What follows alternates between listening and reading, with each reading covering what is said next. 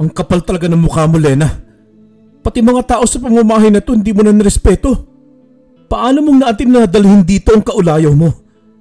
Hindi ka ba nahihiya sa anak natin, ha? Napakababoy mo. Magsasampung taon na tayong kasal. Tapos ngayon mo pa ako nagawang lokohin? Ang masakit pa, dito pa sa pamamahay natin. Bahay na pinundar ko para sa pamilya natin. Pre, magpasensyahan tayo, ha? Pero sa kalagayan mo ngayon sino ba sa tingin mo magtatagal sa'yo, ha? Inutil ka na nga, masyado ka pa madrama. Tingnan mo ang sarili mo kumpara sa akin, oh. Narinig mo yun, Erwin? Ay, kahit naman pala marinig mo, wala ka namang magagawa pa. Dahil inutil ka nga pala. Sa madaling salita, walang silbi. Alam mo ba tuwing umuwi ako dito, naiirita ako sa pagmumukha mo. Kung hindi lang dahil sa may pera ka, ay siguro matagal na kitang dinispatchang inutil ka. Napakawalang yamo talaga babae ka. Pinagsisihan ko kung bakit pinakasalan pa kita. Darating ang araw, makakapaghiganti ako sa iyong hinayupak ka. Tandaan mo yan, isinusumpa akong pagbabayarin kita. Kayo ni Randy sa lahat ng kawalangyahang ginawa niyo sa akin, sa pamilya natin. At ano naman sa tingin mo magagawa mo, ha, Erwin? Magsusumbo ka sa mga magulang mo? Sige, subukan mo lang dahil papatiin ko ang minamahal mong anak. Lintik ka talaga. Nakakabwisit. Tara na nga, Randy. Baka ano pang magawa ko sa lumpong ito. Baka mapatay ko pa to nang wala sa oras. Nakakabwisit talaga. Naging lumpo ang kalagayan ni Erwin simula nang maaksidente ang sinasakyan nitong motorsiklo. Ibang-iba na siya kung ituring ng kanyang asawang si Lena. Kung dati ay isa silang masayang pamilya, ngunit nagbago ang lahat ng yon simula nang maging imbalido siya. Noong una ay pikit mata niya lamang hinahayaan ang asawa sa mga kawalangyaang ginawa nito sa kanya. Ngunit hindi na siya nakatiis pang sumbatan ito nang dalhin ng asawa ang kinakasama nitong si Randy sa kanilang bahay. Natatakot naman siyang magsumbong sa kanyang mga magulang dahil baka ituloy ni Lena ang banta nito na papatayin ng kanyang anak kapag ginawa niya yon. Nang pangatlong taon kasing matapos silang ikasal, ay ayaw pa ni Lena na magpabuntis dahil hindi pa daw siya handang magkaanak, lalo't baka masira daw ang kanyang karir. Isa kasi siyang model. Doon na rin niya nakilala ang kalaguyo na kasamahan nito sa trabaho at dahil ayaw nito magpabuntis ay napagpasyahan niyang mag-ampon na lamang ng anak na lalaki na nooy 7 taon na. Sa madaling salita ay hindi nila tunay na anak si James, ngunit higit pa sa isang ama ang inalay nitong pag-aaruga sa kanya. Nako sir, nakakaawa naman kayo. Tunay ngang napakawalang respeto ng asawa mo simula nang maaksidente ka. Bakit kaya hindi ka na lang makipaghiwalay sa kanya at lumayo kayo ng anak mo? Nang sa ganun hindi ka nagtitiis sa mga pasakit na ginagawa niya sa'yo. Ay may pera ho kayo sir. At alam kong mapapalaki mo si James sa karangyaan sa kabila ng kalagayan nyo. Gusto ko mang sabunutan ng babaeng yon, pero hindi ko naman magagawa dahil katulong nyo lang naman ako dito sir. Naisip ko nang gawin yan manang Solana. Pero naisip ko ring baka isang araw magbago siya at bumalik sa dating Lena na naging asawa ko. Tao lang din akong napapatawad pero sa ngayon ay sumobra na siya. Marahil tama ka manang. At huwag kang mag-alala dahil kapag naayos ko ng papeles at nakalayo na kami dito, isasama kita. Ilang taon ka na rin nagtatrabaho sa amin at huwag mo isipin na iba ka sa amin manang. Dahil para sa akin, kasapi ka na ng aming pamilya. Nako, wag niyo na akong intindihin sir. Ang sa akin lang malayo na kayo kay Ma'am Lena. Sumusobra na po kasi siya Hindi man lang niya naisip ang kalagayan mo at ang pamilya niyo. Mas inuuna niya pa ang paglalandi kaysa sa inyo ng anak niyo.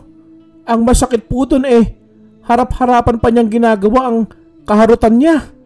Hamakin mong kaya niya kayong pagbantaan na papatayin niya si James sakaling magsumbong kayo sa mga magulang niyo.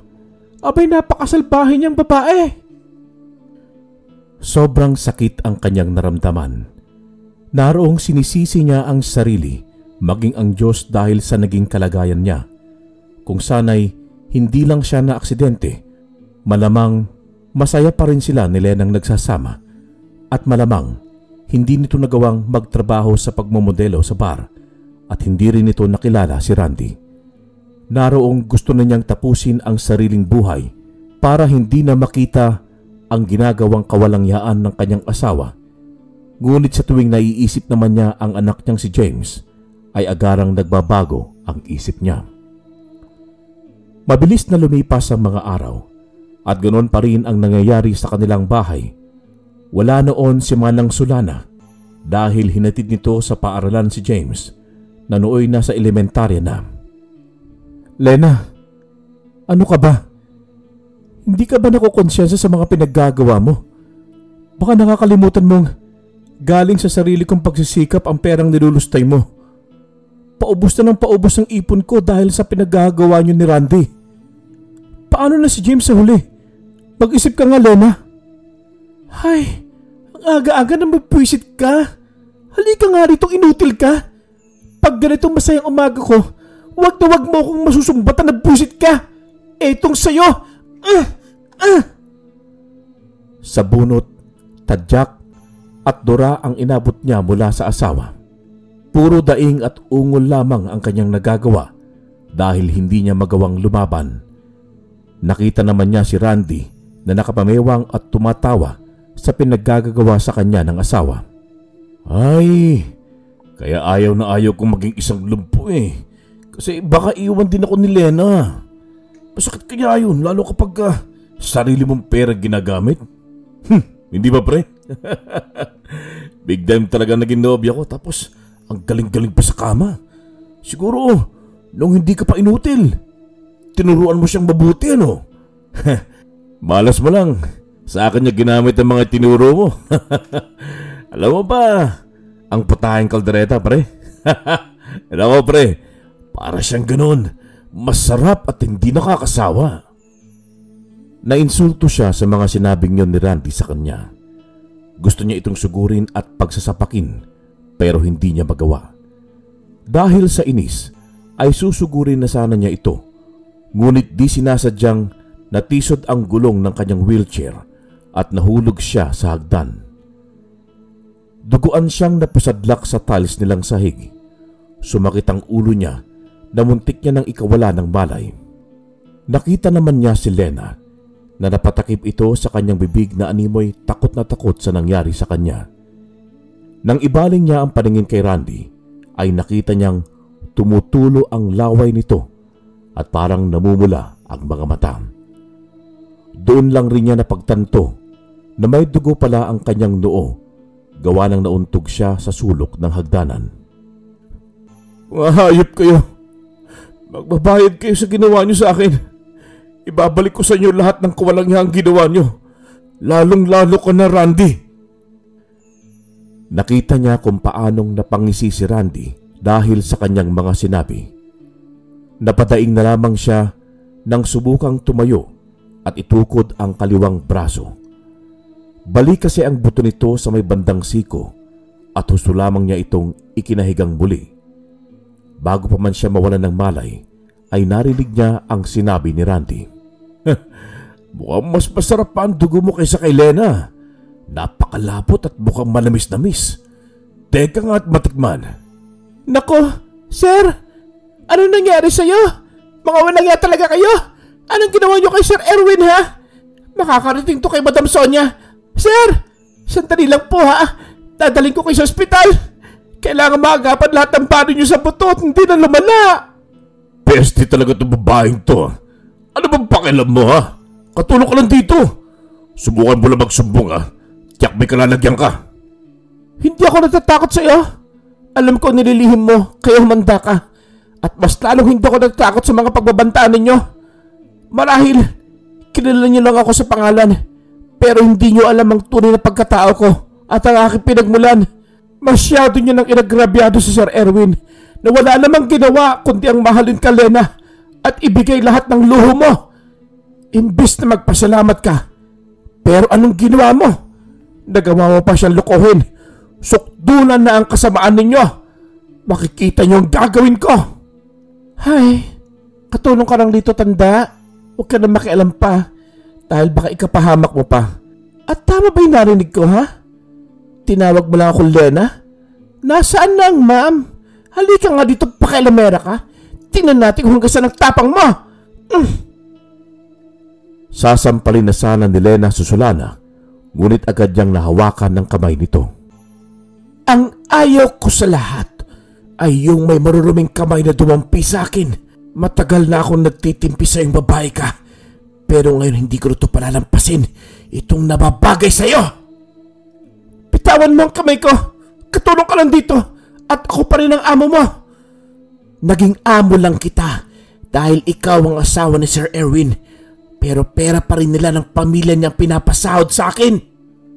Ayaw mo talaga akong bitiwan, ha? Aray! Agad pinilipit ni Solana ang isang kamay ni Lena na isasampal sana sa kanya. Napahiyaw naman ng babae dahil sa sakit nito. Balak pa sana niyang sipain si Lena pero nabaling ang tingin niya kay Erwin. Namimilipit na kasi ito dahil sa napakaraming dugo na ang lumabas sa kanyang noo at namamaga na rin ang nabali niyang braso. Agad niyang binitawan ng babae at inalo si Erwin. Si James naman ay nasa gilid lang ng pinto at doon lang ito umiiyak habang binabanggit ang pangalan ng kanyang ama. Sir, lumaban ho kayo. Hindi pa ito oras para sumuko kayo. Marami pa akong dapat ipagtapat sa inyo ng mga kahayupang ginawa ng Randy na yan sa pamilya nyo.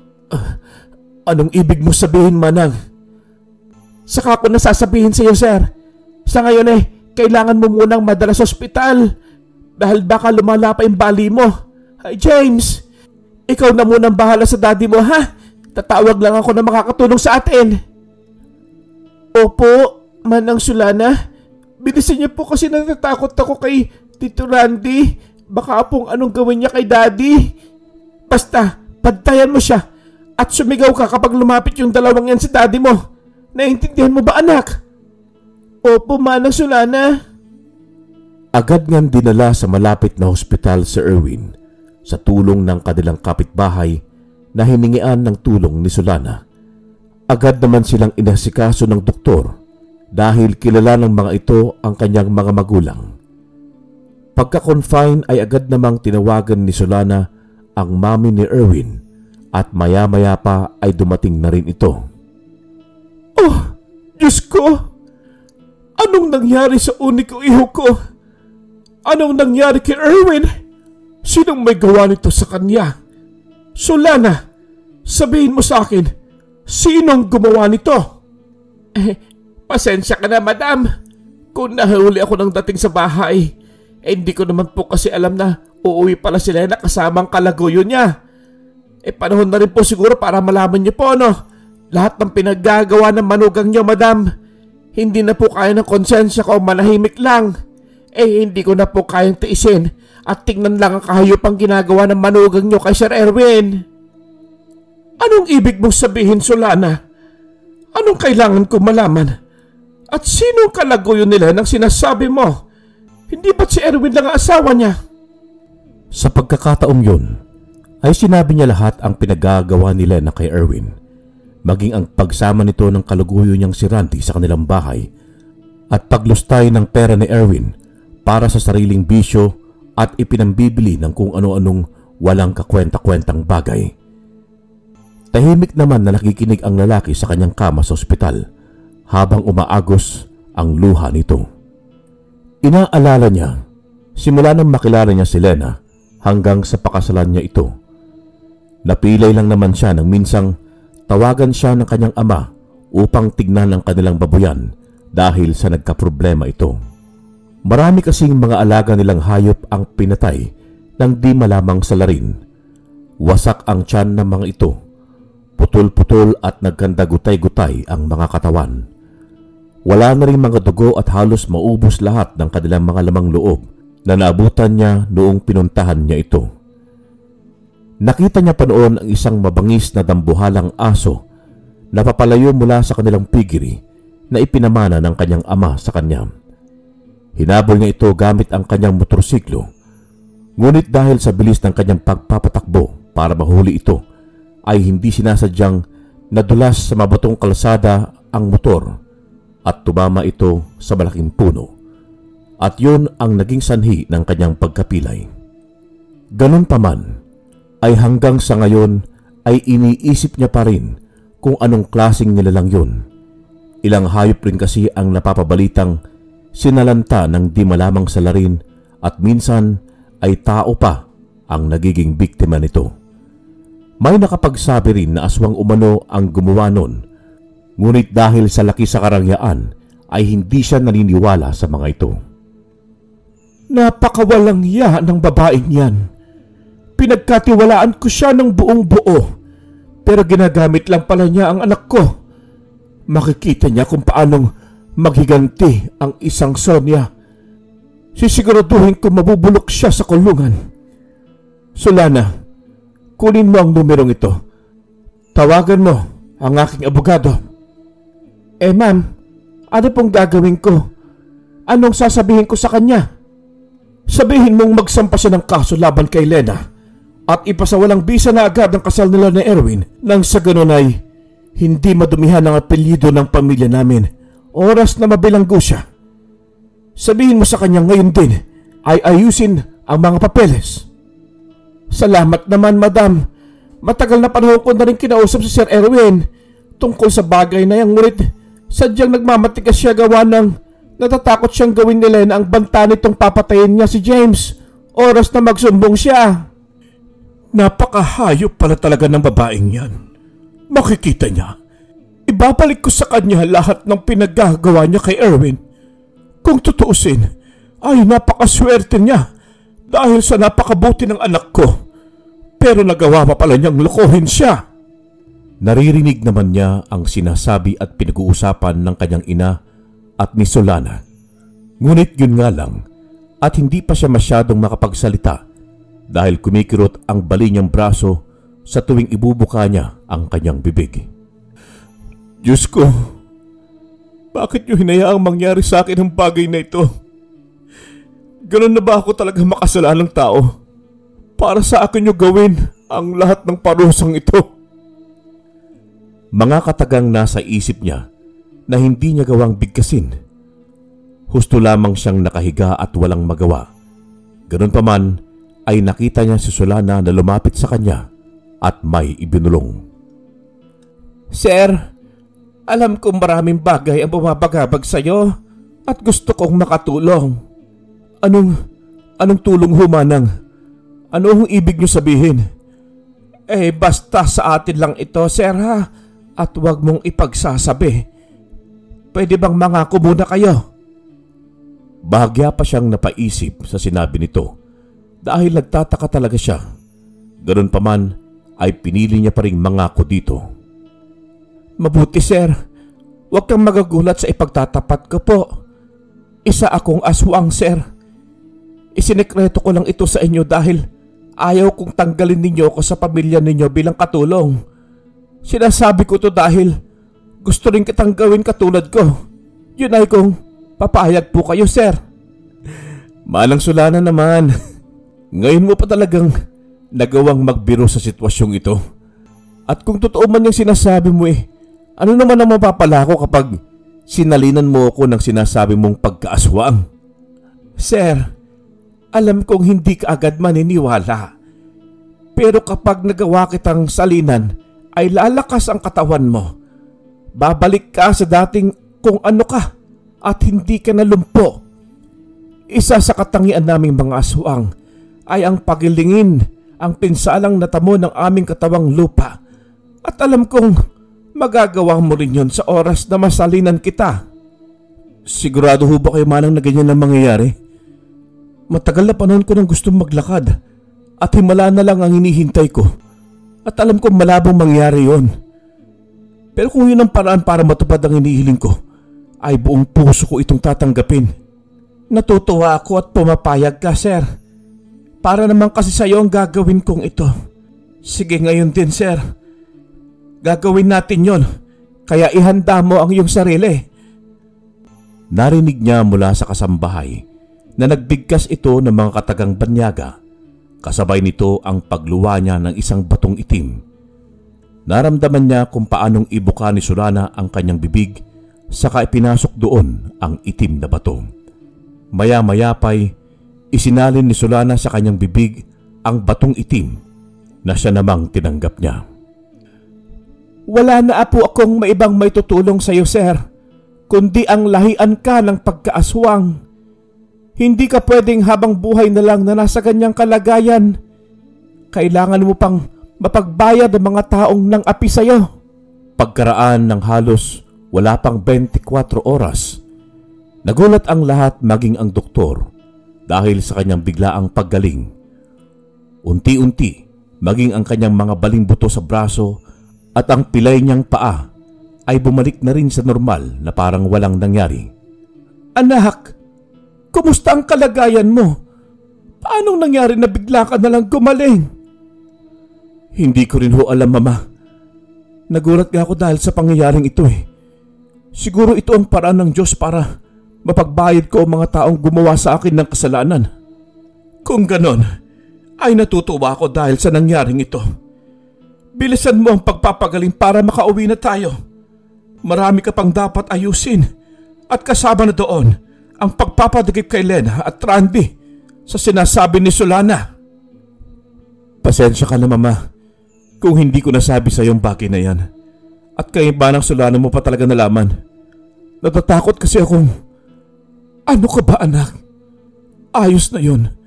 Ang mahalaga ay tuluyang ka ng gumaling. At ngayon, makakalakad ka na.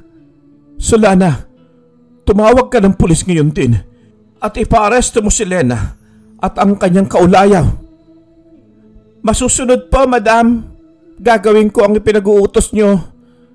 Matagal ko na sanang gustong gawin to, madam. Pero wala akong sapat ng lakas ng loob dahil katulong lang naman ako dito. Ayaw ko rin pangunahang magsumbong siya dahil nirerespeto ko ang desisyon ni Sir Erwin. Dapat lang talagang pagbayarin si Lena na yan sa pinagagawa niya dahil naawa na talaga ako kay Sir. Salamat, Solana. Dahil hindi mo iniwan ang anak ko sa kabila ng mga masasakit na salitang pinitawan sa iyo ni Lena.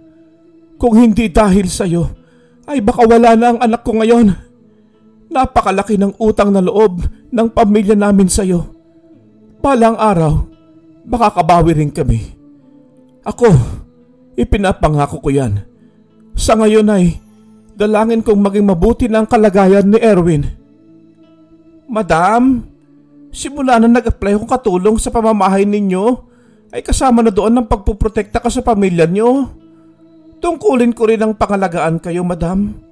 Sa katunayan ay napakalaki na itulong nyo sa akin, sa pamilya ko.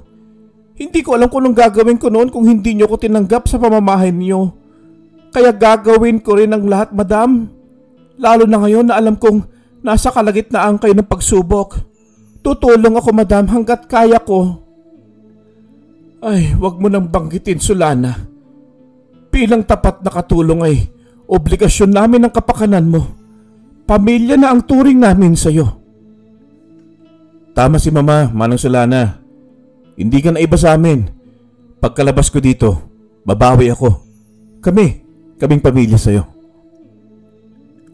Kitang-kita naman nila kung paanong napangiti ang katulong sa sinabi na lang yon ng kanyang ina. Matagal na rin kasing hindi nakakauwi ang babae sa kanilang probinsya. Gawa ng hindi sila nito maiwan-iwan. Ang balak niya noon na pagkalabas niya sa paggamutan at kapag tuluyan ng gumaling ay pauuwiin niya si Solana sa kanilang probinsya upang makapiling naman ito ang kanyang mga mahal sa buhay. Anak, ano kaya pagkalabas mo dito ay doon ka muna sa kapatid mo sa Amerika? Matagal na rin kasing hindi ka nakakadalaw doon. Ang tinutukoy dito ay ang nag-iisa niyang kapatid na babae sa Amerika na nakapangasawa ng Amerikano. Doon na rin ito nakatira dahil sa may negosyo rin ang nasabing kano. Titignan ko po, Ma. Pero ang una kong gagawin ay ang ikakaso ko laban kay Randy. Isa pa, hindi ko pwedeng iwan ang mga negosyo natin dito. Lalo na ang piggery. Dahil kung patuloy na mangyayari ang pagkandamatay ng ating mga inahing baboy, ay mawawalan tayo ng negosyo. At yun ang hindi ko hayaang mangyari. Ano ka ba, Erwin? Nandiyan naman ang mga pinagkakatiwalaan natin mga tauhan sa piggeria. Bigyan mo rin ang sarili mo ng kaliyahan kasi puro ka nalang trabaho. Ma, hindi ko alam ha. Pero nakita ko na dati ang salarin ng pagkamatay ng ating mga inahing baboy. Iniisip kong hindi malabong siya rin ang gumagawa nun hanggang ngayon. Iisa lang pumapatay sa mga baboy at ang natatagpo ang mga bangkay ng tao. Kaya posibleng narito pa rin siya na malayang nakakagala sa paligid natin. Ang ibig mo bang sabihin ay ikaw mismo ang gagawa ng aksyon para mahuli ang salarin na yon? Naku anak, natatakot ako. Bakit hindi mo na hayaan ng mga kapulisan na gumawa ng bagay na yon? Alam mo bang isang aswang ang may gawa nun? Napaubo na lang si Erwin sa narinig mula sa kanyang ina. Tinamaan kasi ito sa mga sinabi nito dahil isa na rin siya sa kanila. Isa na rin siyang aswang. Pero pinangako niya sa sarili na hindi niya hahayaang magpalamon sa kadiliman sa kabila ng kanyang pagiging aswang. Maya-maya pa'y tinawag ito ni Solana kaya hindi na niya nagawang makasagot pa dito. Naiwan naman ron ang katulong. Sir, yung pangako niyo ho sa akin ayoko ng magulong buhay. Alam mo naman na mainit sa mata ng tao kapag nalaman nila ang inililihim ko. Wala hong problema, Manang Solena. Ang sekreto natin ay mananatiling sekreto. Hindi naman po siguro ikaw yung kumakatay sa ating mga baboy, ano? Por Diyos por santo, sir. Naku naman si sir talaga, oo. Simula pagkabata po'y sinanay na ako ng aking mga magulang na manatiling normal na tao, sir.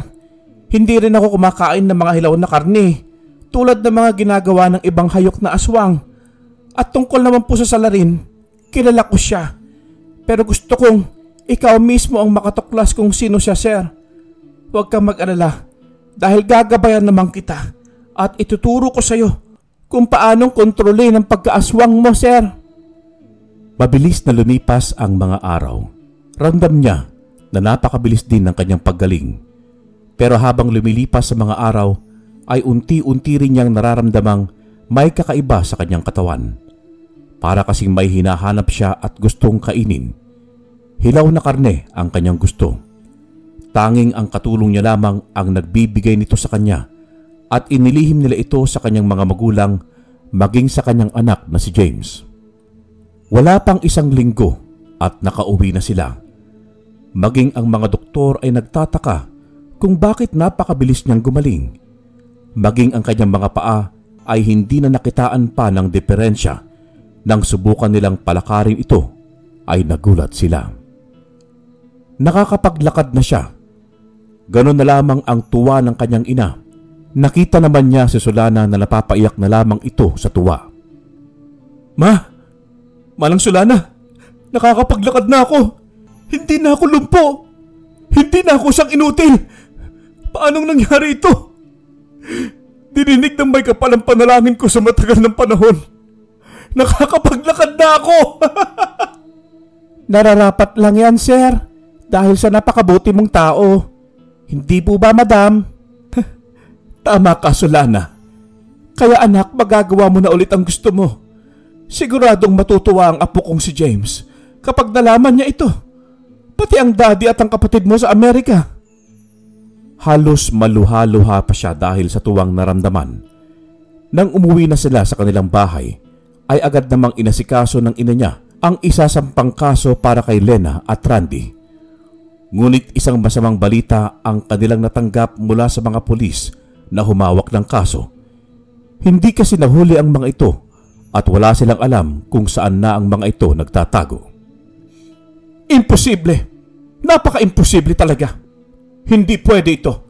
Hindi pwedeng takasan nila ang kanilang mga kasalanan. Magbabayad ako ng mga tauhan at ipapahanap ko sila kahit saang sulok man sila ng Pilipinas magtago. Hayaan mo na sila, ma. Sa ngayon, kinukontrol ko pa ang aking paglalakad. Pero kapag maayos na, ako na mismo maghanap sa kanila. Marami pa akong planong gawin sa mga yon. Hindi pwedeng magpakasasa sila sa mga pinaghirapan kong pera. Kung dati nagagawa pa nila yon, Pero hindi na muling mangyayari pa ang bagay na yon. Hindi ko na sila hahayaan pa. Tama po yan, sir. Dapat ipaglaban mo kung anong pag-aari mo. Ikaw ang nagpakahirap na mag-ipon tapos sila wawaldas-waldas lang ng pera na hindi naman sila ang naghirap. Hindi naman yata ang tamang ginagawa nila noon pa. Hindi rin nagtagal at natapos ang usapan nilang yon. Nakaramdam na rin kasi sila ng gutom, kaya minabuti niyang utusan si Solana na magluto ng kanilang makakain. Habang nasa hapag, ay halos masuka siya sa amoy ng niluto ni Solana. Kung dati ay paborito niya, halos lahat ng niluluto nito. Pero ganun na lamang ang pagtataka niya kung bakit sa pagkakataong yon ay nasusuka siya. Anong nangyari sa iyo, iho? May hindi ka ba nagustuhan sa mga inihain ni Solana? Sabihin mo, anak, ipapahanda ko sa kanya. Ay, pasensya na po, madam. Nakalimutan ko pong may allergy pala si Sir Erwin sa bawang at maasin na pagkain. Ayaw niya rin ho ng masyadong luto ang mga karne. Mas gusto niya po yung half-cook lang. Ah, totoo ba yun, iho? Hindi ba't paborito ang mga sinangag na maraming dinikdik na bawang? Tsaka, wala ka namang allergy sa maalat na pagkain at bawang nga. Tandang-tanda ko yun siyempre. At kung lutuan nga kita dati ng karne ng baboy o kaya manok, mas gusto mo yung nahihiwalay ang laman sa buto eh. Hindi na lamang siya kumibo sa sinabi ng kanyang ina. Minabuti na lamang niyang tumayo at magpaalam sa mga ito na mamaya na umano siya kakain. Ayaw niya kasing magtaka ang kanyang ina sa kanyang ikinikilos. Maging siya ay nagtataka rin sa kanyang sarili. Naninibago siya na parang may kakaibang nangyayari sa kanya. Kinagabihan ng araw na yon ay nagpaalam ang kanyang ina na uuwi na ito sa kanilang bahay. May sasakyan naman ito at may sariling driver, kaya hindi na lang siya tumutol pa at hinayaan na lamang ito. Pagkaalis ay kinausap niya si Solana tungkol sa kanyang mga kakatuwang nararamdaman sa sarili. Manang Solana, normal lang ba nakakaramdam ako nito? Gusto kong kumain ng hilaw na karne at sariwang dugo. Paano ko makukontrol ito gayong natutuyo ang aking lalamunan? Sir, sa tulad mong bagong nayanggaw normal lang yan. Sa ngayon kailangan mong pagtiisan ng mga pagkaing nakahain sa mesa. Kailangan mong matutong kumain tulad ng mga kinakain ng normal na tao. At isipin mo na lang na isa yon sa iyong pagsasanay. Malalampasan mo rin, sir, lahat ng ito. Kaya magtiwala ka lang sa sarili mo. Wala naman hong problema sa akin ang bagay na yan, manang. Kaya ko namang kontrolin ng magtiis. Ang sa akin lang baka hindi ko makontrol ang pagkaaswang ko at may magawa kong karahasan. Ayoko hong mangyari yun. Ayoko magaya sa ibang aswang dyan na nakakapinsala ng mga tao at mga hayop. Maraming salamat, sir, kung ganon. Tulad ng pinangako ko ay gagabayan naman po kita. Sa ngayon, huwag mo munang isipin ang bagay na yan. Ang isipin natin, masukol ang namamaslang dito sa atin. Akala ko hubay, alam niyo na kung sino. Pwede niyo hubang sabihin sa akin para hindi na ako mahirapan pang maghanap? Panahon na rin siguro para malaman mo, sir. Siran. Natigil ang usapin nilang yun dahil sa may biglang pumalahaw sa labas ng kanilang bahay. Sa pagkakasigaw noon ay parabang nasasaktan ito. Agad na nagpaalam si Solana kay Erwin na titignan niya kung ano ang kaganapan doon. Hindi naman tumutol pa ang isa at binilinan nito ang katulong na mag-iingat. Halos nasa kalahating oras din ang kanyang paghihintay bago nakabalik si Solana. Agad niya itong tinanong kung anong nangyari at halos matulala siya dahil sa nalaman.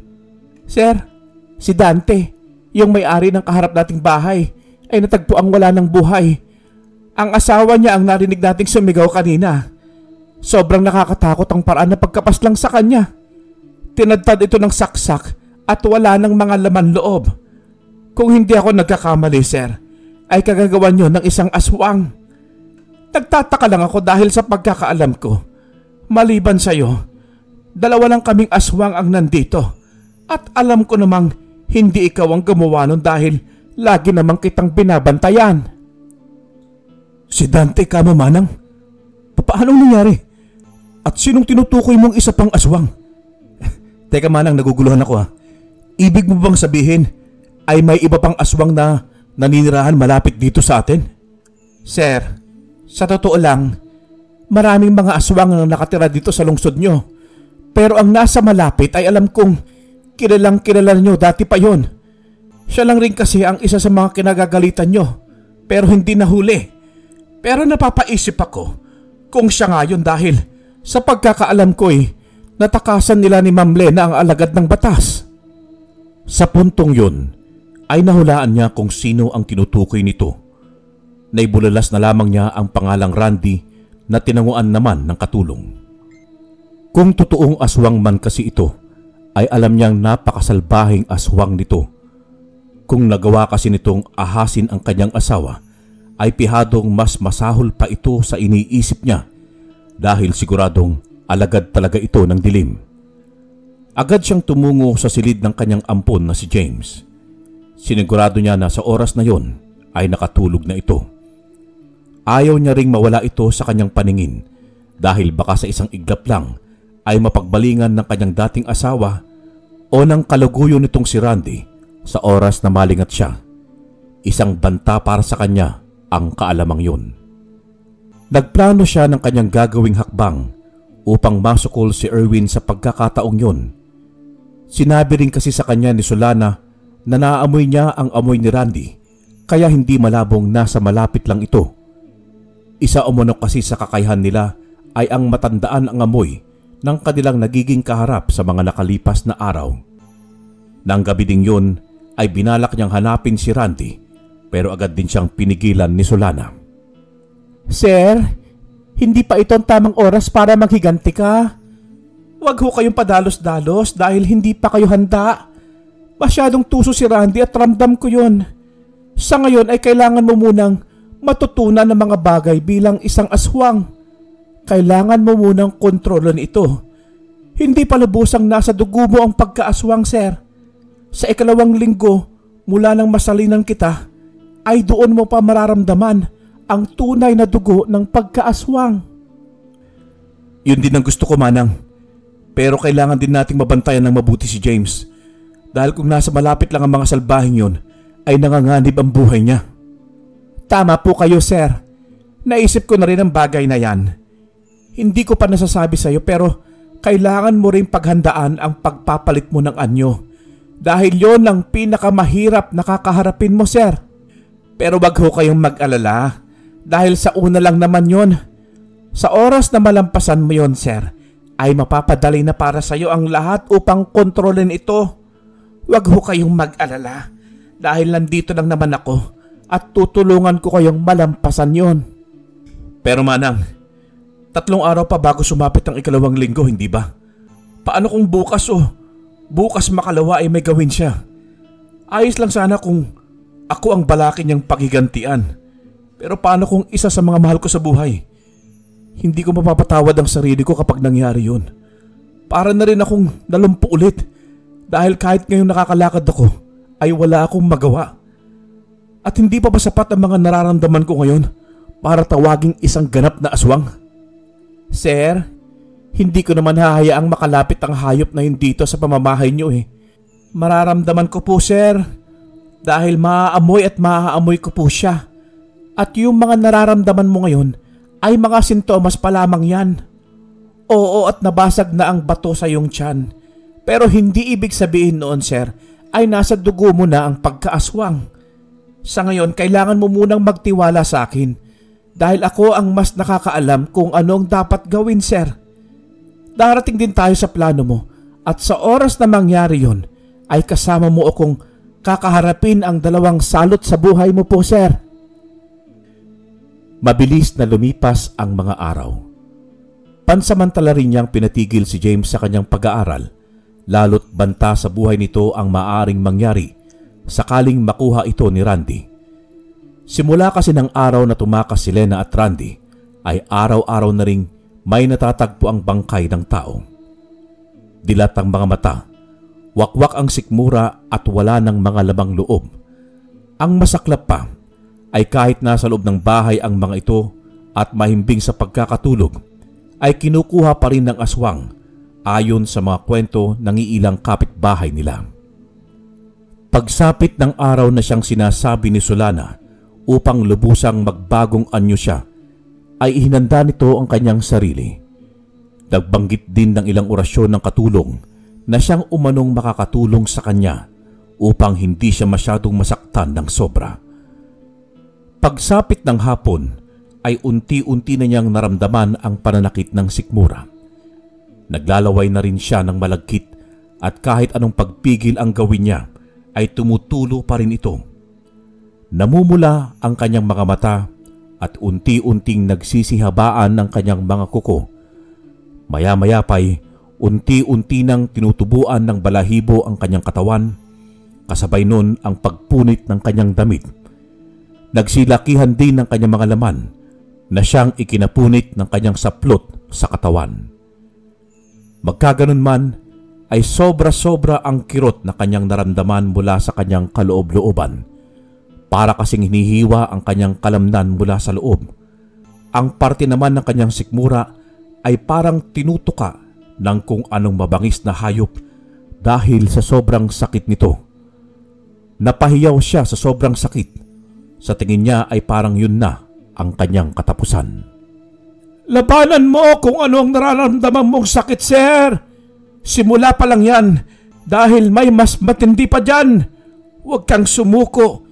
Isipin mo ang mga mahal mo sa buhay at gawin silang kalakasan para malampasan mo ang pagsubok na yan. Anong nangyayari sa akin, Manang? Hindi ko na kaya. Sobrang sakit. Parang sasabog ang katawan ko dahil sa sobrang sakit. Kayanin mo, sir. Isipin mo si Lena at Randy na siyang dahilan kung bakit ka nagkakaganyan. Sa paraang yon ay pansamantalang mong makakalimutan ang nararamdaman mong sakit. Ipunin mo ang lakas mo at gamitin para malampasan mo ang hamon mo sa ngayon. Pagkatapos banggitin ni Solana ang mga katagang yon, ay agad naman itong sinunod ni Erwin. Inisip niya lahat ng ginawang pang-aapi, pang-aalipusta sa kanya ng dating asawa na ngayon ay sumama na sa kalaguyo nito. Tama naman ang katulong dahil mula sa galit na kanyang naramdaman ay bahagyang nawala ang naramdaman niyang hapdi. Sa pagkakataong yon ay imbis na kirot ang kanyang maramdaman mula sa loob, ay napalitan ito ng galit at puot sa mga taong nagkasala sa kanya. Mga hayop kayo! Pagbabayarin ko kayo sa mga ginawa niyo sa akin. Papatayin ko kayo at titiyakin ko kayo, ipapasundo ko kayo kay kamatayan. Magbabayad kayo! Kasabay noon ay unti-unti siyang nawala sa kanyang ulirat. Nagising na lamang siyang sobrang uhaw na uhaw at pagod na pagod sa hindi niya malamang dahilan. Maya-maya pa ay nakita niya si Solana na papalapit sa kanya at may dala itong isang baso ng tubig. Agad niyang inabot ito at tinungga. Ganon na lamang ang pagduwal niya nang malasahan niya ang alat mula sa tubig. Manang, ano ho ba ito? Asin na tinunaw mo sa tubig? Ang alat, Manang, sobra. Masakit sa lalamunan. Sanayin mo ang sarili mo maging normal, Sir Erwin. Maaring isa ka ng aswang, pero hindi ibig sabihin nito ay isa ka ng alagad ng dilim. Tulad ko ay maaari kang mamuhay ng normal tulad ng karaniwang mga tao. Nung unay kagaya mo rin akong hirap na hirap sa mga bagay-bagay na pinapagawa sa akin ng aking mga yumaong mga magulang. Pero lahat ng iyon ay kinaya ko. Kaya alam kong malalampasan mo rin ang lahat dahil isa kang mabuting tao. Manang naman, hindi ako mamamatay sa sakit ng pagpapalit ng anyo eh. Pero mamamatay ako sa paraang ito. Magkakasakit pa ako dito sa kidney. Sigurado ba kayo sa pinapagawa nyo sa akin? Ano ba naman kayo, Sir Erwin? Manalig ka lang sa itaas at huwag kang gumawa ng alam mong kasalanan sa kanya. Hindi basihan ang kaibahan mo sa mga tao upang ituring kang isang masama. Gumawa ka lang ng mabuti hanggang sa makasanayan mo po ito. Pasensya ka na noong unay pinatikim kita ng hilaw na karne. Kasi alam kong yun ang magpapalakas sa mutya ng pagkaaswang sa iyong sikmura. Pero ngayong nabasag na ito at namahay na sa iyong katawan, ay panahon na para matutunan mo naman ang mamuhay ng normal kagaya ko." Sa sinabing yun ni Solana, ay pikit mata niyang inubos ang maalat na tubig. Wala naman siyang naramdamang kakaiba, kundi parang napapaso ang kanyang sikmura, bagay na tiniis na lamang niya dahil batid niyang makakabuti yun para sa kanya. Sa paglipas ng mga araw, ay natutunan na rin niyang kumain ng mga bawang, kalamansi at iba pang mga alam nilang pangontra sa aswang. Isa yung pagsubok para sa kanya, pero nalampasan niyang lahat ng yun dahil sa tulong at gabay ni Solana. Hindi siya nito pinabayaan hanggang sa makasanayan niya na ang mamuhay ng normal sa kabila ng kanyang pagkaaswang. Sunod-sunod naman ang balita sa mga nangyayaring patayan sa kanilang lugar. Maliban kasi sa mga kabataan at mga buntis, ay naroong kahit matatanda ay nabibiktima na rin ng mga sinasabing aswang. Sobra-sobra naman yata malang ang ginagawang pamamaslang ng mga salot na aswang na yan sa mga tao. Kung patuloy ang gawain nilang yun at hindi pa rin mahuli-huli ang salarin, ay tiyak na unti-unting mauubos sa mga tao dito sa atin. Kailangan makaisip agad tayo ng paraan upang kahit papaano'y matulungan natin ang ating mga kababayan. Kung aswang man ang may kagagawa ng mga patayan, ay alam kong malaki may tutulong natin dahil alam ko may laban tayo sa kanila. Tama po kayo, sir. Kaya't natutuwa ako dahil nakakasanayan mo na ang pinapagawa ko sa iyo. Balang araw, sir, tayo mismo makakahuli sa gumagawa ng pamamaslang na yan. Kaya nga, Manang, pakiusap sanayin niyo na ako habang maaga pa dahil hindi natin alam, baka isa sa pamilya ko ang mapagdiskitahan nila. Gusto kong ako mismo ang makakahuli sa aswang na yon. At kung magkataon na tama ang hinala natin na si Randy ngayon, ay hindi ako magdadalawang isip na patayin siya. Ikaw lang naman ang hinihintay ko, sir, na magsabi sa akin kung anong balak mo. Kung desidido ka na talaga ay ihanda mo ang sarili mo dahil mamayang gabi mismo ituturo ko sa iyo lahat ng nalalaman ko. Mapaorasyon man o pakikipagbuno. Basta ang lagi kong bilin sa iyo, sir, gamitin mo lamang sa kabutihan ang iyong kaibahan dahil alam naman natin na marunong tumingin ang nasa itaas. Pairalin mo pa rin sana ang kabutihan sa iyong puso at alam kong hindi ka niya pababayaan, sir. Pinapangako ko yan, Manang, at sisiguraduhin ko din na kung natakasan nila ang batas ay sa mga kamay ko mismo sila magbabayad. Sanahin mo lamang ako at ako nang gagawa ng paraan para masukol ang mga halang na yon. Sa pagkakataong yun ay buo na ang loob niya. Inihanda niya ang sarili at pagsapit din ng gabing yun ay sinanay na nga siya ni Solana. Noong una ay hirap siyang bigkasin ang mga itinuro sa kanyang mga orasyon dahil parang sasabog ang kanyang katawan sa bawat katagang binibigkas nito. Ang tanging iniisip lamang niya ng mga sandaling yun ay ang mga mahal niya sa buhay, lalo na si James, kaya nakayanan niya yun. Nasa 7 orasyon din ang natutunan niya sa loob ng 1 linggong pagtuturo sa kanya ni Solana.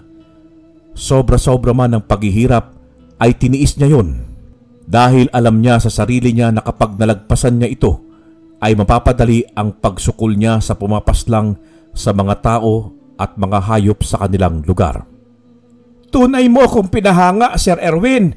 Napakalakas ng iyong loob at hindi ka talaga sumuko sa kabila ng paghihirap na ginawa mo.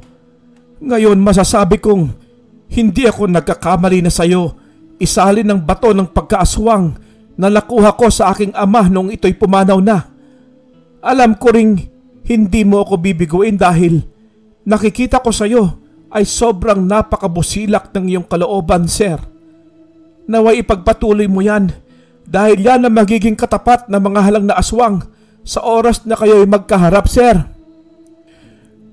Maraming salamat sa pagtitiwala, Manang. Utang na loob ko sa iyo lahat ng naitulong mo sa akin. Malamang kung hindi dahil sa ginawa niyo, ay wala na ako ngayon. Isa ka rin sa mga dahilan kung bakit pinipilit kong lagpasan lahat ng pagsubok.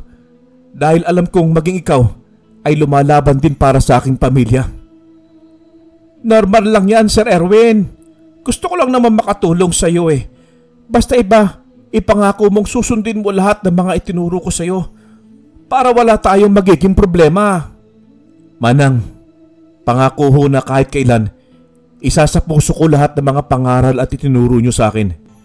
Gagamitin ko lang ho sa kabutihan ito at kahit kailan, pangakong hinding-hindi ako papanig sa kasamaan. Tapos na ho tayo sa mga orasyon. Ngayon, gusto ko naman pong ituro nyo sa akin ang pakikipagbuno para masimulan ko ng plano kong huliin at pagbayarin ang tunay na salarin sa pamamaslang ng mga tao dito.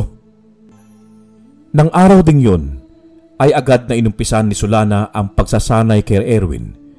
Hindi naman balakid sa kanila kahit tirik ang araw dahil sa mga orasyong itinuro niya dito.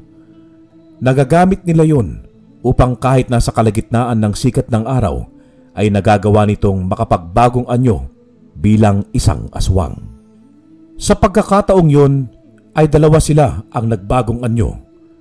Noong una ay tanging mga simpleng galawan lamang ang itinuro niya rito hanggang sa unti-unting bumilis ng bumilis ang kanilang mga pagkilos. Sa pakikidigma, kailangan mo ang iyong talas ng isip at maging mapagmatiyag ka sa paligid, sir. Dahil hindi mo alam kung tuso ang iyong magiging kalaban. Dapat matalas din ang iyong pakiramdam at maliksi kung kumilos upang hindi ka maisahan ng kalaban. Tandaan mo na isang galaw mo lang ay maaring magwakas ang iyong buhay. Kaya humanda ka, sir, dahil ituturo ko sa iyo lahat ng iyon. Agad na sinugod ni Solana na nasaan yung aswang ang amo. Hindi naman nakaiwas si Erwin, kaya agad din itong napasubsob sa damo. Hindi naman balakid sa kanila na maglaban doon at magsanay dahil matataas na pader ang nakapalibot sa kanilang bakuran. Manang naman, hindi pa nga ako nakakapaghanda eh. Kaya nga dapat, sir, na maging alisto ka. Hanggat may pagkakataon ay yun ang magiging kaugalian mo sa mga kalaban. Hindi ka pwedeng walang gawin at manood lamang habang nilulusob ka nila. Agad na bumangon si Erwin mula sa pagkakabagsak at sakto namang nakita niya si Solana na muli sana siyang susugurin kaya naiiwasan niya ito. Sinipa niya mula sa likuran ng babae pero agad din itong nakaiwas. Napahanga siya sa liksi nito at yun ang gusto niyang matutunan. Mabilis naman niyang natutunan yun, dala ng bertud ng pagkaaswang. Ni hindi nga rin siya nakaramdam ng pagod. Wala rin sana siyang balak na tumigil sa pagsasanay pero agad ding natigil yun nang marinig ang busina ng sasakyan sa labas ng kanilang bakod. Alam niyang ang kanyang ina yun kaya agad silang nagpalit ng anyo bilang tao. Sir, nandiyan ang iyong mama. Bilisan mo na't pumasok ka na sa iyong silid. Magdadahilan na lamang akong pagod ka sa pag-ehersisyo. Ako nang pong bahala sa kanya, sir. Hindi natin na mamalayan ng oras at ilang oras na pala tayo nandito. Opo, manang. Ikaw na pong bahala sa kanya, ha? Opo, sir. Ako na pong bahala. Napahanga mo ko dahil sa ang bilis mong matuto, sir. Kapag ipinagpatuloy mo yan, ay tiyak na mapapabilis ang iyong mga plano laban sa mga aswang na yon. Sige na po, sir. Umakyat ka na po. At baka nagtataka na yung ina dahil hindi pa ka pumupunta roon upang buksan ng tarangkahan. Sige po, Manang Solana. Maraming salamat. Mamaya na tayo mag-uusap. Ayoko maghinala si mama tungkol sa mga ginagawa natin. Alam mo naman na napaka-metikuloso rin pagdating sa mga bagay-bagay. Agad na ngang umakyat si Erwin sa kanyang bahay at pumasok sa kanyang silid. Naligo ito dahil nangangamoy pawis na siya. Nagulat pa siya nang paglabas niya mula sa banyo ay naroon si James sa kanyang kama at naglalaro ng cellphone. Oh, anak, bakit nandito ka? Di ba sabi ni Daddy doon ka lang sa kwarto mo at huwag kang lumabas doon hanggat hindi ko sinasabi? May kailangan ka ba, anak? Daddy naman eh. Nabuboring po kasi ako sa room ko kaya ako pumasok dito. Gusto ko lang sanang itanong kung bakit hanggang ngayon po hindi pa rin ako nakakapasok ng school. Lagi na lang ako nakakulong sa kwarto.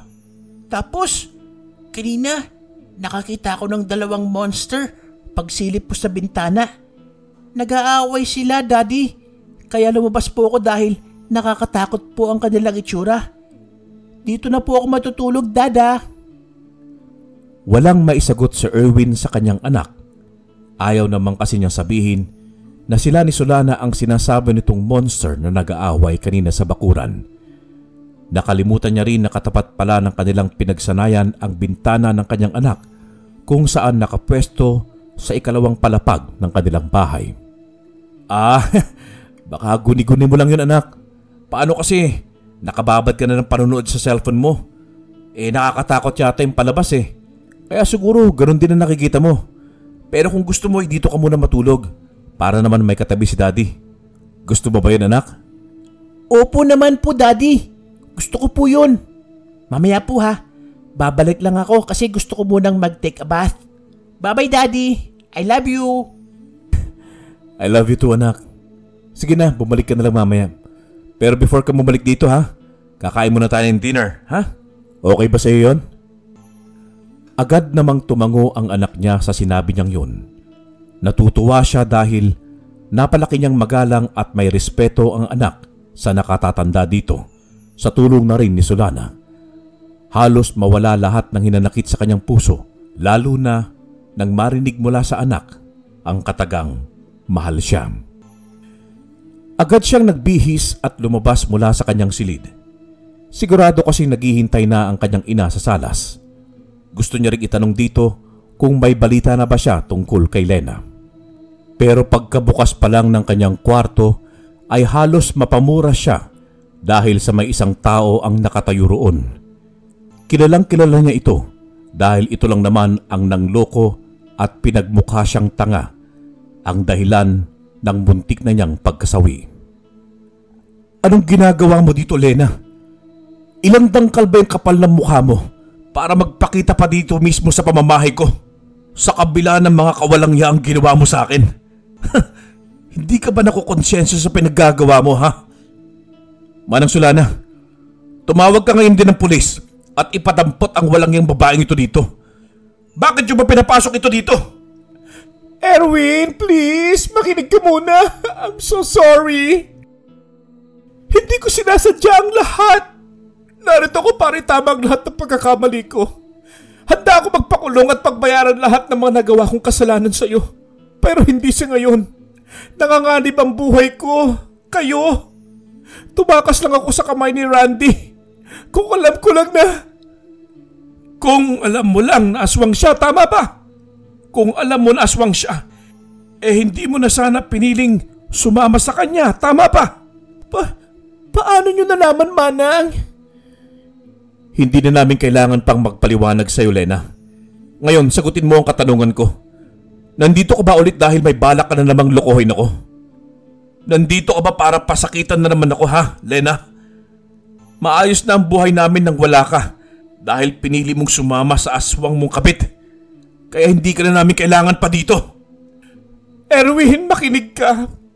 Nakiusap lang ako kay Mama Sonia na sumama dito kahit sa kahuli-huli ang pagkakataon para humingi siya ng kapatawaran sa lahat ng nagawa kong pagkakamali sa iyo. Kung hindi mo man ako kayang patawarin sa ngayon, ayos lang sa akin. Ang sa akin lang, gusto kitang palalahanan na nagbabalak ng hindi maganda ngayon sa iyo at sa pamilya mo si Randy. Gusto ko niyang patayin. O tapos? Ano pa? Sige, sabihin mo na para makaalis ka na dahil kanina pa kita gustong patayin. Please, Erwin, makinig ka muna. Tumakas lamang ako sa lungga niya dahil hindi ko na kaya ang pinaggagawa niya. Hindi na kaya ng konsensya ko. Binulag niya ako sa mga pangako niyang puro pala kasinungalingan. Lahat yon, binuhay niya ako sa takot. Kaya Erwin, please, maniwala ka naman sa akin. Alam kong suntok sa buwan na paniwalaan mo ko pero nilakasan ko ang loob ko dahil mahal kita. Kayo ni James at ayoko may magyari sa inyo. Mahal? Anong mahal ang pinagsasabi mo, Lena? Matapos mo akong pagmukhaing tanga at inutil, ngayon sasabihin mo mahal mo ko? Kami ng anak ko? Totoo lahat ng sinasabi ko, Erwin. At paano kita paniniwalaan sa mga sinasabi mo? Gayong kung dating ang buo ang tiwala na binigay ko sa'yo, sinira mo. Ngayon pa kaya, naganagawan mo na ako ng hindi maganda? Alam mo, para lang goma eh. Hindi mo malalaman ang tunay na baho mo hanggat hindi ka sinusunog. Umalis ka na ngayon sa harap ko dahil baka hindi na ako makapagtimpi pa at ano pang magawa ko sa'yo. Sa ngayon, palalagpasin ko pa ito. Pero kapag bumalik ka pa dito, ay titiyakin kong sa presinto ng bagsak mo. Lumayas ka ngayon din. Layas! Wala na ngang nagawa pa ang babae kundi ang mabigat sa dibdib na humakbang palabas ng bahay nila. Gusto man niyang pigilan yun, ay ipinakita niya sa kanyang sarili na hindi ito kawalan at kung nagawa man siya nitong lukohin dati, ay kaya niya na itong tiisin. Inaamin niyang may parte sa kanyang puso ang nasasaktan sa mga binitawan niyang kataga kay Lena dahil mahal niya pa rin ito. Pero naroong nangingibabaw pa rin ang hinanakit niya dito mula nang lukohin at pagtaksilan siya nito. Anak? Sorry. Kung hindi ko pinaalam muna sa'yo na kasama ko siyang pupunta rito. Ma, hindi ko kaya. Masakit, ma. Ang sakit-sakit. Hayaan mo na lang, sir. Hindi naman siguro ulit babalik yon. Napaiyak na lamang siya ng tahimik. Naroon naman ang ina niya maging si Solana na umaalo sa kanya. Pero talagang nagsusumigaw siya dahil sa sakit na naramdaman niya.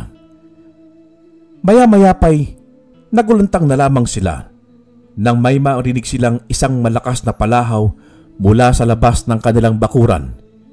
Tinig yun ni Lena at humihingi ng tulong. Ano yun, Manang? Hindi ba't si Lena yun? Tinig nga niya yun, sir. Halina kayo, puntahan natin. Baka may mangyaring masama sa kanya sa labas. Hindi po, ma. Dito lang kayo. Puntahan niyo na lang ho si James. At kami na ni Manang Solana ang pupunta doon. Nabuhay ang pag-aalala sa kanyang katawan para kay Lena. Alam kasi niyang nanganganib ang buhay nito at ramdam din niya ang isang masamang presensya sa hindi kalayuan. Lalong dumagundong ang kanyang dibdib nang binanggit ni Solana ang pangalang Randy. Wala na siyang pakialam sa paligid niya noon.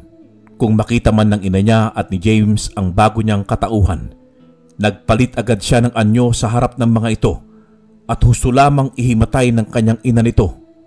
Si James naman ay napapasigaw dahil sa takot pero hindi na niya pinansin yun. Agad niyang tinungo ang pinto palabas ng bahay at hinanap kung saang parte nang gagaling ang sigaw ni Lena. Halos magsalubong ang mga kilay niya nang makita ang halimaw na nilalang na hawak-hawak sa magkabilang braso ang kanyang asawa. Bitiwan mo siyang halimaw ka! Akong harapin mo! Talaga bang ganyan ka nakaduwag? Dahil pinagdidiskitahan mo ang mga taong walang kalaban-laban sa'yo? Kung tunay kang matapang, ay akong kalabanin mo. Hindi nagtatago ka sa likod ng isang babae. Nagulat pa siya nang binitawan nito si Lena at husto lamang itong napasadlak sa damuhan. Umiiyak ito at maya-maya pa'y nahimatay sa sobrang takot. Nagpalit rin ng anyo ang sinasabing halimaw at hindi nga sila nagkamali ng hinala ni Solana dahil yun ay si Randy. Aba, isa ka na rin pala sa amin. Ang dating lumpo ngayon ay nakakalakad na. Nakakatuwa naman, Erwin. Pero mas matutuwa ako kapag napatay kita ngayong gabi. Biruin mong isang baguhang yanggaw lamang ang may lakas ng loob na hamunin ako. Hindi ba sinabi siya ng katulong mo na suntok sa buwan na matatalo mo ako? Mahina ka pa rin, Erwin. Mahina ka pa rin. Huwag kang magsalita ng patapos, Randy. Kung sa palagay mo'y hindi kita kayang pabagsakin, ay diyan ka nagkakamali. Pinaghandaan ko ang araw na ito na ako mismo ang tatapos sa mga kahayopang pinaggagawa mo. Hindi ko pa nakakalimutan na ikaw ang siyang dahilan ng pagkasira ng pamilya ko. Kaya ngayon, sisiguraduhin ko magbabayad ka sa lahat ng kasalanan mo sa akin. Bakit naman ako? Bakit ako ang sinisisi mo, ha, Erwin? Bakit hindi mo sisihin itong haliparot mong asawa na kay bilis kang palitan? Konting mga matatamis na katagalang ang sinabi ko sa kanya. Abay biruin mong nakuha ko siya kaagad. Ang sarap pa lang ng pakiramdam na magpakasasa sa yaman ng hindi mo pinaghirapan. Kaso nga lang sinira mo Kaya ngayon, ito na ang sandali para ubusin ko ang pamilya mo at kukunin ko lahat ng pag-aari mo. Uunahin kita at isusunod ko lahat ng mga mahal mo sa buhay. Kasabay noon ay ang pagpalit niya ng anyo bilang isang mabangis na bangkilan. Isa itong napakalaking aso. Kung tutuusin ay halos kasinlaki na ng kabayo. Mapupula ang mga mata nitong parang sa nagniningas na mga apoy. Lumaki rin ang mga tenga nito na unti-unting tinutubuan ng mga balahibo. Nagsihabaan din ang mga pangil nito at idagdag pa ang mga kukong malakarit ang hugis at nagsisikislapan dahil sa liwanag na nagmumula sa ilaw ng bahay. Umalulong din ito ng napakalakas na parang nagdidiwang.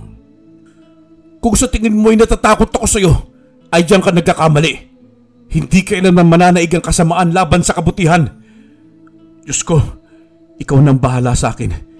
Gabayan niyo ako sa gagawin kong laban kontra sa halimaw na ito. Naway may panalo ko at muling maging matahimik na ang aking pamilya. Piping wika niya noon, sabay hinanda ang sarili. Alam rin kasi niyang tuso ito, kaya minatyagan niya ang bawat galaw nito. Ngunit hindi pa man ito nakakasugod sa kanya, ay nakita niya si Solana na sinugod ito. Sa kasamaang palad ay nahuli ni Randy ang kamay nitong balak sana nitong isaksak mula sa kanyang likuran. Ibinalibag niya ito at husto lamang ikinadaing ng kanyang katulong. Nang makitang nagbabalak na lundagan ni Randy si Solana, ay inunahan niya ito. Mula sa likod nito ay sinugod niya ang lalaki at sinakmal sa tenga. Pero umangil lang ang isa at nakita niya kung paano ito ngumisi. Hinawakan siya nito sa ulo at ibinalibag sa damuhan. Hayop ka, Randy! Sir Erwin, bubangon ka dyan! Ipakita mo sa kanya na hindi ka natatakot sa kanya! Hayop ka talaga, Randy. Hindi pa ako tapos sa'yo! Wala na nga siyang nagawa kundi ang mapaungol dahil sa ginawa ng lalaki na nasa anyong aswang. Pakiramdam niya noon ay nabalian siya ng buto sa kanyang tagiliran dahil sa lakas ng kanyang pagkakabagsak. Rinig na rinig kasi niya kung paanong nabali yun. Ganon pa man ay inipon niya ang lakas at muling bumangon. Nang ibaling kasi niya ang paningin kay Solana ay nakatayo na ito at handa na muling lumaban. Hindi nga siya nagkamali at maya-maya pa'y nakita niyang nagpambuno ang dalawa. Pangil sa pangil, kuko sa kuko ang labanan. Nag-isip agad siya ng paraan para matulungan ang katulong sa pakikipaglaban nito. Nakikita niya kasi na hindi sapat ang lakas nito kumpara sa lakas ni Randy. Ito nang hinihintay kong pagkakataon, kaya hindi ko nahayaang lumampas pa ito. Pagkabigkas noon ay buong lakas niyang sinugod si Randy. Ang nasa isip niya noon ay kung mamamatay man siya, ay handa na siya pero isasama niya si Randy. Nagpambuno ang dalawa at muli ay husto lamang siyang ibinalibag nito. Huli na nang makita niya si Randy na tumalon na papunta sa kanya at balak siyang tusukin ng malakarit nitong kuko. Napapikit na lamang siya at hinintay ang sandaling lumapit sa kanya ang mga kuko nito. Pero nagulat siya nang may marinig na putok. 2 beses yun at kasabay noon ang pagdagan sa kanya ng mabigat na bagay. Pagmulat niya ng kanyang mga mata ay nakita niyang nakadagan sa kanya si Randy at naghihingalo na ito. Tinadyakan niya ito at agad na tumayo. Nakita niya ang kanyang ina na nooy nanginginig habang may hawak na baril. Nakayakap rin sa tuhod nito si James na nooy umiiyak na rin at binibigkas ang katagang daddy. Agad siyang nagpalit ng anyo bilang tao at kinuha ang baril sa kanyang ina at binaril ng paulit-ulit si Randy hanggang sa nawalan ito ng hininga. Sa pagkakataong yun ay nagising na rin si Lena mula sa pagkakahimatay at tulad ng kanyang ina ay nanginginig rin ito sa takot. Tapos na. Patay na si Randy. Nakapaghiganti na ako sa mga kawalang-hiyaang ginawa niya. Nabigyan na rin ng hustisya ang hindi makatarungang pagpaslang niya sa mga taong nandito sa atin. Makakapagsimula na tayong muli at muling babalik sa tahimik ang buhay natin kagaya ng dati. Ganun na lamang ang sayang naramdaman niya. Niyakap niya si Solana at ang anak na si James. Yayakapin rin sana niya ang ina, pero nagulat siya dahil sa sinampal siya nito. Ma, para saan yun? Ang sakit naman. Anak? Ikaw ba talaga yan? Ikaw ba yan, Erwin? Paanong isa kang halimaw kanina? Paanong nangyari ang lahat ng ito? Bakit wala akong alam? Ma, ako ho ito si Erwin, ang anak nyo. Pasensya ka na kung hindi ko agad nasabi sa iyo ang lahat. Dahil alam kong mag-aalala ka sa akin. Mas mainam na isikreto ko na lang ang lahat para wala nang mag-aalala pa para sa akin at hindi na ako makaabala pa ng iba. Pero ngayon, masaya ako dahil sa tagal kong hinintay ang pagkakataong ito na mapagbayad si Randy ngayon ay nagawa ko na. Kung ganitong sinasabi mong tapos na pala ang lahat paanong malulunasan ang pagkaaswang mo na yan, anak? Hindi ba't bantarin yan sa pamilya mo? Kay James? Sa amin? Paano kung isang araw magising ka na lamang na nakain mo na pala kami? At ikaw, Solana, isa ka rin sa kanila? Paanong? Naku, madam. Ayoko na kasing pag-usapan pa ang bagay na yan Masaya ako na kahit ganito ako'y nakakapamuhay ako ng normal at hindi ko na dapat pang ipaalam sa inyo yun. Isa pa'y, nakokontrol ko naman ito at ni minsan hindi ko nagawang pumaslang ng buhay ng may buhay. At tungkol naman sa sinasabi mo, kung may lunas pa ba ang pagkaaswang, ay mayroon. Pero handa ka na ba ulit na makita ang anak mong naka-wheelchair? Kasama ng kanyang pagtanggap bilang isang aswang ay nakakalakad siya, madam. Bakit hindi na lang kayo natin hayaang mamuhay muli ng normal ang anak niyo, madam? Mas kakailanganin niya ngayon ng mga paa para mabantayan niya ang paglaki ni James. Tumango na lamang ang ina niya sa sinabing yon ni Solana. Pagkatapos ng pag-uusap nilang yon, ay doon na rin nila inilibing ang bangkay ni Randy sa likod ng kanilang bahay. Pagkatapos noon ay kinarga niya ang anak at agad na pumasok sa loob. Nakita rin niya si Lena na nooy napapatulo ang luha at nakangiting nagpaalam sa kanyang ina para ito'y umalis na sa bahay nila.